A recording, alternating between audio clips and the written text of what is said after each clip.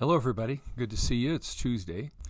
And we've been talking about things you can do to store up treasures in heaven instead of treasures on earth. And today's thing of the 7 things we're talking about is very appropriate for this sort of thing. Remember, we've talked about, first of all, you need a new heart from God. And secondly, you need to help others in need. And the third thing was that to take risks with God. And now the fourth way to do this is one that in our society is really lacking and is needed if we're to live a truly spiritual life. And this is to live a simple life and to be satisfied with what you have, or contentment.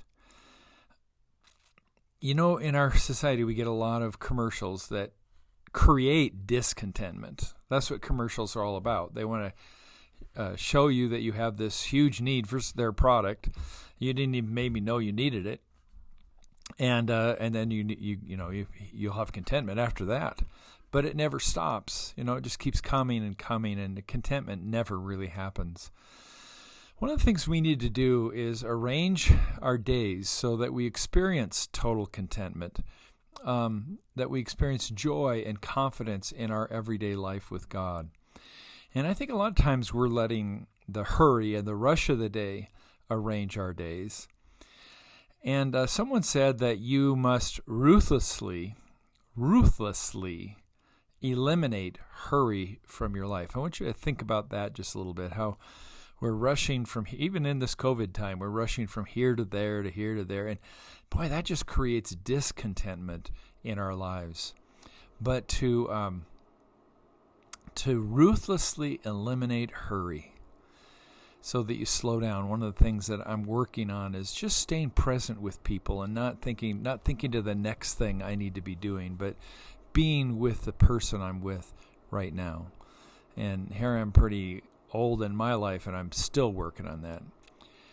And then another thing is to realize that hurry is the great enemy to our spiritual life. That rushing around is a great... Think about Jesus. Did he ever rush anywhere? Did he ever hurry anywhere? I don't think he did. And so we've got in our culture this rushing and this hurry. And man, if somebody is not paying attention and doesn't get going from, when the light turns green right away, we hit the horn.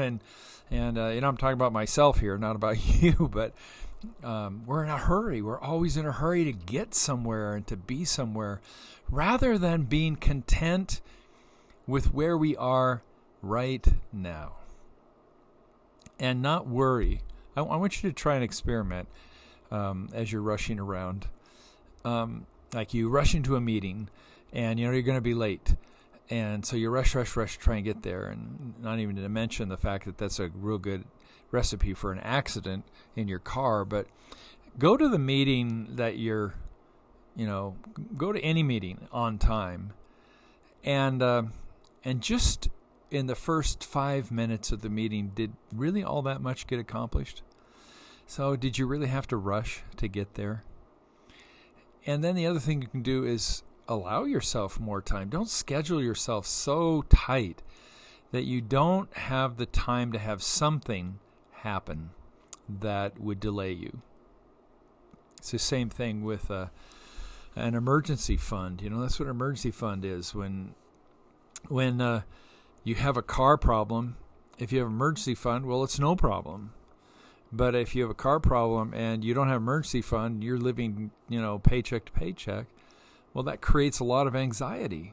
The same thing. It's giving space in our life financially, in our meetings and rushing around, and it's allowing God to have some time in our lives as well. I think the devil, in fact, I know the devil, what he would like most of all is for all of us to be rushing around, so that we don't ever stop and smell the roses, or just, slow down and arrange your days so that you experience total contentment, joy, and confidence in your everyday life. That will help you store up treasures in heaven. God bless, and have a very joyful and contented day. God bless.